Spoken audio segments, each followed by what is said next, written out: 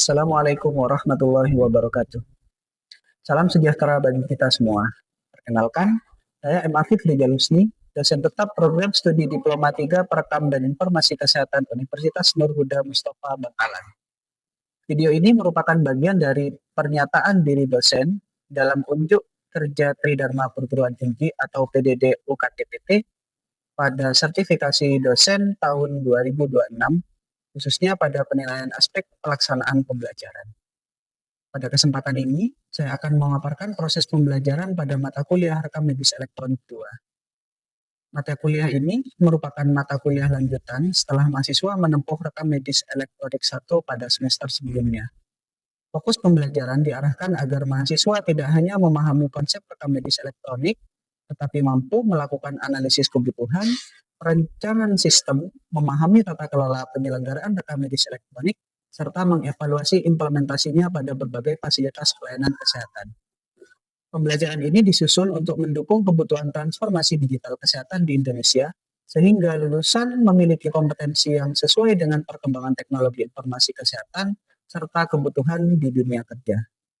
Mata kuliah ini memiliki bobot 3 SKS, terdiri atas 1 SKS teori dan 2 SKS praktek, yang dilaksanakan dalam 16 kali pertemuan. Meliputi 14 kali kegiatan pembelajaran tatap muka, serta ujian tengah semester dan ujian akhir semester. Capaian pembelajaran yang menjadi target pada mata kuliah ini adalah agar mahasiswa mampu menganalisis kesiapan fasilitas pelayanan kesehatan dalam implementasi RME, merancang aplikasi RME sesuai kebutuhan pengguna, menerapkan tata kelola penyelenggaraan rekam medis elektronik sesuai regulasi yang berlaku, serta mengevaluasi faktor pendukung maupun penghambat implementasi rekam medis elektronik sebagai dasar pengambilan keputusan di fasilitas pelayanan kesehatan. Dalam proses pembelajaran, saya menerapkan pendekatan student-centered learning melalui metode lecture, cooperative learning, dan project-based learning. Melalui kombinasi metode tersebut, mahasiswa tidak hanya memahami konsep, tetapi juga mampu menganalisis permasalahan dan menyusun solusi sesuai kondisi nyata di fasilitas pelayanan kesehatan. Penilaian dilakukan secara berkelanjutan melalui aktivitas partisipatif, hasil proyek, ujian tengah semester, dan ujian akhir semester. Selain penilaian hasil, saya juga memberikan umpan balik sebagai bagian dari proses pembelajaran agar mahasiswa dapat melakukan perbaikan secara berkelanjutan. Referensi pembelajaran mengacu pada regulasi terbaru mengenai rekam medis elektronik, buku manajemen informasi kesehatan, serta berbagai literatur ilmiah yang relevan sehingga materi yang diberikan tepat mutakhir dan sesuai dengan perkembangan praktik pelayanan kesehatan. Pada video ini akan ditampilkan cuplikan proses pembelajaran pada pertemuan kedua dengan topik pemilihan sistem rekam medis elektronik di fasilitas pelayanan kesehatan. Melalui pembelajaran ini, mahasiswa diajak menganalisis tahapan pemilihan sistem, faktor pendukung, serta berbagai kendala implementasi rekam medis elektronik sebagai bekal dalam menghadapi praktik di dunia kerja. Selamat menyaksikan. Baik. Bismillah, Assalamualaikum warahmatullahi wabarakatuh. Selamat pagi adik-adik. Sebelum kita mulai kegiatan perkuliahan hari ini, marilah kita berdoa. Semoga apa yang akan kita dapatkan hari ini Allah berikan keberkahan. Doa dipersilakan.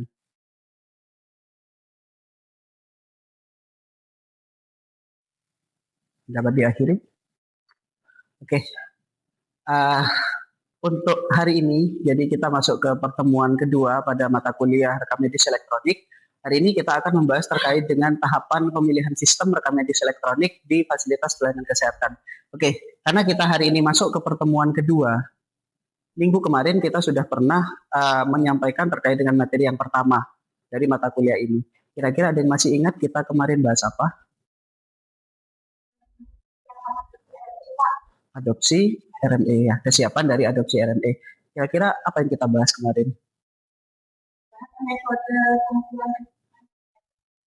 Metode-metodenya. Ya, masih ingat ya? Dari materi yang kemarin. Oke, hari ini kita akan melanjutkan. Jadi dari metode-metode yang sudah pernah kita bahas di pertemuan sebelumnya, kita akan melanjutkan ke tahapan pemilihannya. Nah, kalau kita sudah tahu apa yang akan kita lakukan dengan metode-metode tersebut, kita selanjutnya yakni melakukan pemilihan. Nah, sebelum kita melakukan pemilihan, kita perlu tahu tahapan-tahapan apa saja yang akan kita lakukan. Seperti itu, sebelum kita memilih sebuah sistem. Jadi nanti yang akan kita bahas pada pertemuan hari ini seperti itu. Oke, kita lanjut. Nah, untuk pertemuan kedua hari ini ada capaian pembelajarannya, yakni setelah menyelesaikan mata kuliah rekam medis elektronik 2, mahasiswa mampu melakukan analisis kesiapan Pasienkes dalam penerapan rekam medis elektronik. Yakni dengan pembahasan ya, setelah mempelajari mata kuliah ini, mahasiswa diharapkan mampu untuk memahami yang pertama, tahapan pemilihan rekam medis elektronik di Pasienkes. Jadi apa saja tahapannya nanti akan kita bahas. Yang kedua, faktor dalam implementasi yang mendukung, ya, faktor pendukung dalam implementasi rekam medis elektronik. Lalu selanjutnya adalah faktor penghambatnya. Jadi yang jelas kalau ada pendukung pasti ada penghambat di situ. Oke, kita lanjut. Nah, ini ilustrasi secara singkat terkait dengan tahapan-tahapannya. Jadi sudah saya rangkumkan. Mulai dari, ini ada 5 ya, mulai dari analisis kebutuhan, jelas di awal. Setelah itu kita akan melakukan studi kelayakan, feasibility study. Setelah itu kita akan masuk ke evaluasi vendor dan sistem. Setelah itu baru kita uji coba sistemnya. Setelah itu kita akan melakukan implementasi serta monitoring. Yang jelas kalau kita masih ingat materi dulu, kita pernah mempelajari juga di materi organisasi manajemen, mungkin kalian ingat ya, ada yang namanya POAC. Jadi ada planning, organizing, equating, controlling. Nah ini sebenarnya relate dengan itu. Planning, contoh planning itu kan perencanaan ya. Perencanaan itu kan salah satunya analisis kebutuhan sampai dengan studi kelayakan itu juga masuk ke dalam perencanaan. Dan nanti setelah itu kita akan lanjut melakukan implementasi sampai dengan nanti di monitoring. Ya, hanya saja di sini mungkin yang berbeda dari tahapannya, evaluasinya ada di awal, yakni evaluasi dari sisi vendor serta sistem. Karena sistem ini berbeda daripada manajemen seperti biasanya. Karena kalau sistem itu kita perlu memastikan bahwa fitur-fitur yang ada di dalam sistem, menu-menunya dan sebagainya itu harus sesuai dengan pelayanan yang akan dilaksanakan. Ya, contoh karena ini kan rekam medis elektronik itu kan akan digunakan di pelayanan. Jadi kalau pelayanan dilakukan menggunakan rekam medis elektronik sebelum kita menguji sistemnya, nanti bisa jadi akan terhambat pelayanannya. Kalau misal ada error dan sebagainya. Maka dari itu, kalau dari tahapan pemilihan sistemnya, evaluasi vendor dan sistem itu perlu dilakukan di awal. Jadi sebelum dilakukan implementasi. Jadi seperti itu. Oke, kita lanjut dulu. Yang pertama adalah analisis kebutuhan organisasi. Jadi ada 3 dalam analisis kebutuhan organisasi ini. Yang pertama adalah analisis proses bisnis, klinis, dan administratif. Nah, yang kita tahu dalam pelayanan kesehatan itu pasti ada 2 hal ya proses bisnisnya, yakni ada bisnis klinis dan administratif. Contoh, kalau kita berbicara rekam medis kan ada 2 data kan? Ada data administratif, ada data klinis. Nah, data administratif itu apa? Data administratif itu adalah data yang di situ berisi terkait dengan contoh seperti data sosial, data pembayaran yang di situ perlu digali kepada pasien nanti agar pasien bisa diidentifikasi untuk dilakukan pengobatan, tindakan, perawatan yang di situ notabene nanti akan mendapatkan data klinis, akan menghasilkan data klinis. Jadi itu untuk membedakan melalui data administratif. Jadi seperti itu. Maka dari itu karena ini kita akan mengimplementasikan rekam medis elektronik, ya, itu juga perlu kita analisis dulu proses bisnis klinis dan administratifnya. Yang kedua, identifikasi kebutuhan pengguna. Nah, yang jelas setelah kita tahu alur prosesnya, ya setelah itu kita akan melakukan identifikasi penggunanya.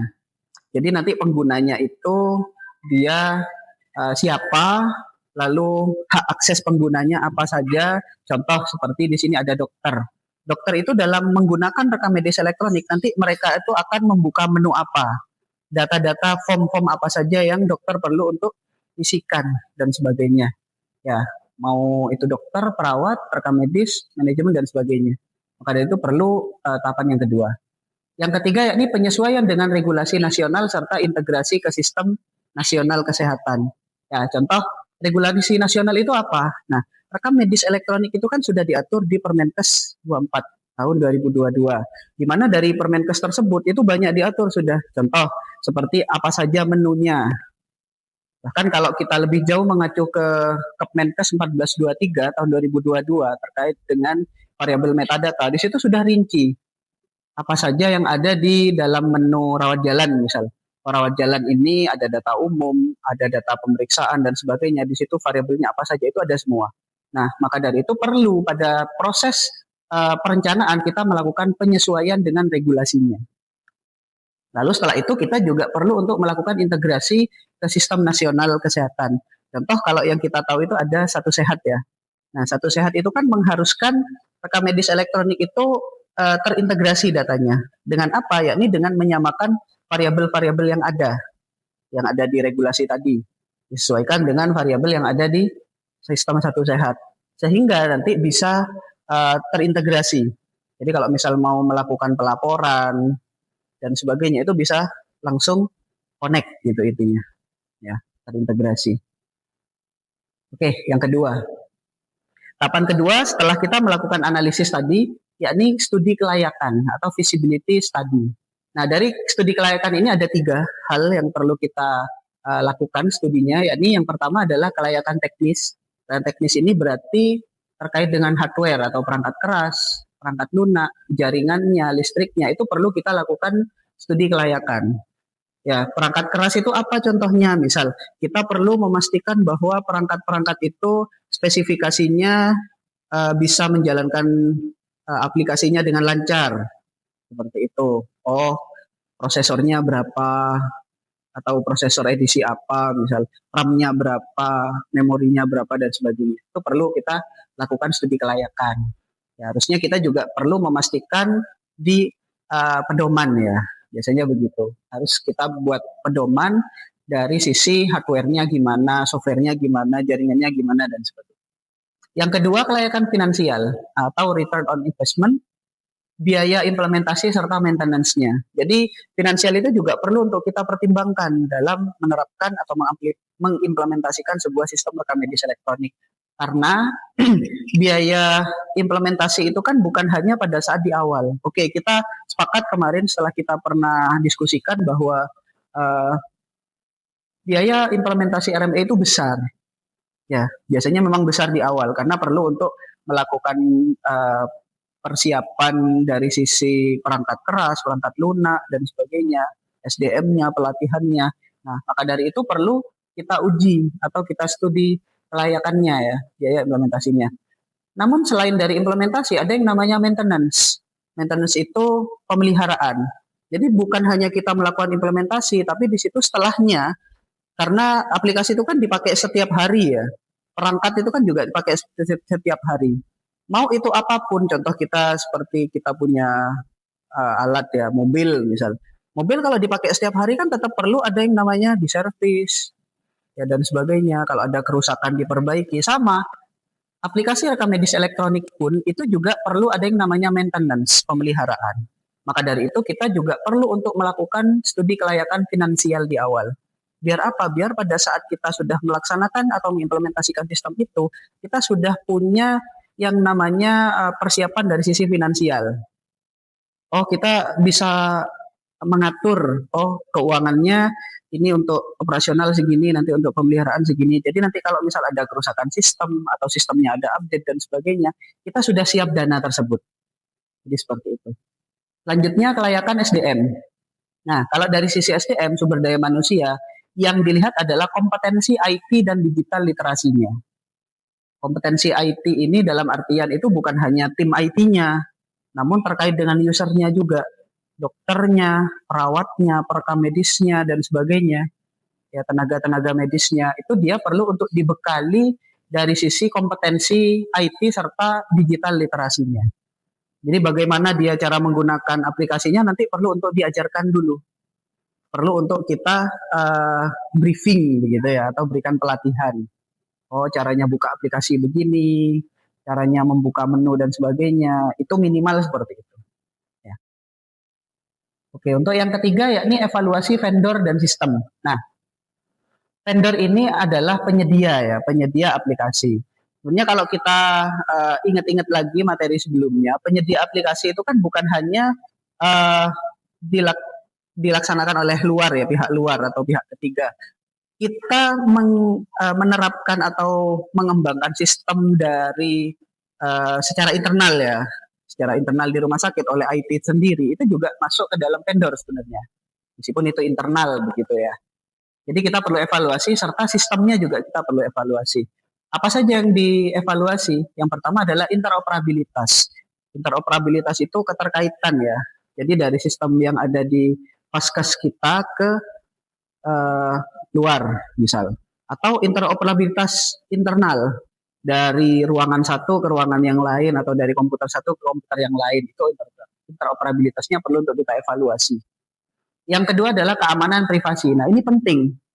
Keamanan ini menjadi salah satu celah yang biasanya sangat resiko kalau kita tidak pastikan bahwa tingkat keamanannya itu baik, serta privasinya.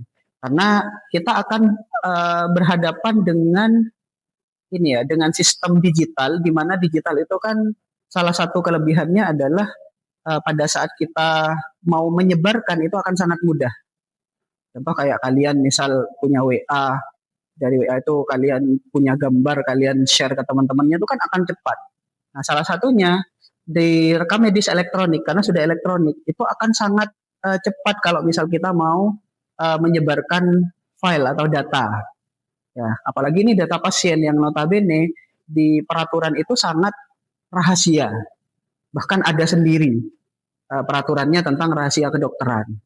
Nah, maka dari itu perlu kita pastikan keamanan dan privasinya. Jadi benar-benar harus dibuat sistem itu aman, tidak ada orang yang tidak punya hak akses untuk mengakses begitu. Bahkan kita perlu memperkuat dari sisi antivirusnya, firewallnya, enkripsinya dan sebagainya agar tidak ada orang luar atau pihak cybercrime gitu ya atau orang-orang yang biasanya melakukan kejahatan cyber itu bisa mengakses atau menjebol gitu ya keamanan sistemnya. Karena kalau misalnya sudah bocor itu akan sangat berdampak besar terkait dengan ini ya data-data pasien gitu. Yang ketiga yakni kemudahan penggunaan atau usability. Yang jelas karena ini rekam medis ini adalah pelayanan yang akan dilakukan secara rutin setiap hari, maka dari itu perlu kita pastikan bahwa penggunaannya itu mudah. Maka dari itu kita perlu evaluasi seperti itu. Oh, dievaluasi di awal pada saat digunakan ini kok masih ada menu yang susah nih dipahami atau ada tahapan-tahapan dalam penggunaan yang agak ribet. Nah, itu dievaluasi nanti biar apa? Biar bisa dipermudah begitu. Oh, diubah misal alurnya oh jangan seperti ini jadi diubah begitu. Itu biar nanti alurnya bisa lebih mudah. Jadi harapannya pada saat melakukan pelayanan kepada pasien itu bisa lebih cepat gitu. Karena alurnya sudah lebih sederhana misal begitu. Fitur klinis dan manajerial. Nah, ini juga perlu untuk kita evaluasi. Klinis ini akan berkaitan dengan pengumpulan data klinis yang di mana data klinis itu adalah inti dari pelaksanaan rekam medis elektronik. Ya. Lalu dari sisi manajerial ini juga penting, pimpinan ya, dan sebagainya itu biar pada saat membutuhkan data untuk manajerial mereka sudah bisa melihat langsung menggunakan satu aplikasi tersebut. Oh, di rumah sakit ini penyakit yang banyak muncul dari dalam satu waktu, misal dalam satu tahun ini apa saja, nanti data-data tersebut bisa digunakan untuk pengambilan keputusan. Jadi seperti itu. Lalu dari sisi kemampuan integrasi sistem lama. Nah, misal kalau ini opsional ya, misal sistem lama itu masih manual, kita mungkin bisa sedikit-sedikit ya, bisa kita alihkan ke elektronik gampang. Tapi kalau di situ sistem lamanya juga sistem informasi, namun di situ beda aplikasi, mungkin ini yang perlu untuk kita lakukan seperti migrasi data. Ya, celahnya apa migrasi data? Biasanya migrasi data itu kalau data yang dulu itu variabelnya berbeda dengan yang baru, ya yang lama dengan yang baru, itu biasanya perlu untuk dilakukan penyesuaian. Namun biasanya lebih cepat. Gitu. Oke. Selanjutnya uji coba sistem. Nah, yang keempat, yakni atau pilot project ya. Implementasi terbatas di unit tertentu. Jadi biasanya kita lakukan uji coba sistemnya, setelah itu kita implementasikan sistemnya itu jangan langsung semuanya. Tapi pelan-pelan, oh misal dari unit 1, kalau unit 1 sudah bagus, unit selanjutnya dan sebagainya. Kalau sudah sama-sama bagus semua, baru implementasi secara luas, misal begitu. Lalu evaluasi penerimaan pengguna. Jadi setelah pengguna diminta untuk menggunakan beberapa waktu begitu, nanti kita perlu evaluasi terlebih dahulu di awal. Oh penggunaannya ini gimana, sudah bagus apa enggak, sudah enak apa enggak. Kalau misal ada yang perlu untuk diperbaiki ya diperbaiki. Jadi lalu pengujian workflow atau alur kerjanya. Alur kerjanya kita uji, setelah kita uji ternyata sudah sesuai dengan alur dan prosedur, misal pelayanan itu berarti uji cobanya sudah bagus. Itu nomor 4. Lalu nomor 5 terakhir, ini adalah tahapan terakhir ya, ini tahapan implementasi serta monitoring. Nah pada saat implementasi sebelumnya kita perlu untuk melakukan pelatihan dulu. Ya pelatihan apa saja yang perlu untuk dilakukan pada saat sebelum menggunakan sistem. Nah itu kita perlu untuk buat sebuah pelatihan ya, atau pendampingan biasanya. Lalu setelah itu kita monitoring performanya atau kita monitoring performa dari sistemnya ya. Apakah ada error, kecepatannya bagaimana dan sebagainya. Lalu terakhir adalah continuous improvement atau pengembangan berkelanjutan. Oh jadi kalau misal nanti ada fitur baru, jadi bagaimana implementasinya dan sebagainya, pendampingan dan sebagainya. Jadi seperti itu untuk tahapan pemilihan sistem. Ya, jadi kesimpulannya terkait dengan pendukung dan penghambatnya, implementasi RME itu dipengaruhi oleh 3 domain tadi ya kalau kita rangkum semua, yakni dari sisi manusia, organisasi serta teknologinya. Nah, jadi terkait dengan pendukung dan penghambatnya itu. Hambatan yang paling sering muncul apa? Yang jelas ini ada 5. Ini hambatan secara umum yang paling sering muncul ya. Yang pertama infrastruktur tidak memadai, biaya awalnya tinggi, literasi digitalnya rendah, kekhawatiran keamanan data, serta resistensi perubahan alur kerja. Ya, biasanya begitu. Oke, sampai sini mungkin ada yang ditanyakan? Ya, silakan.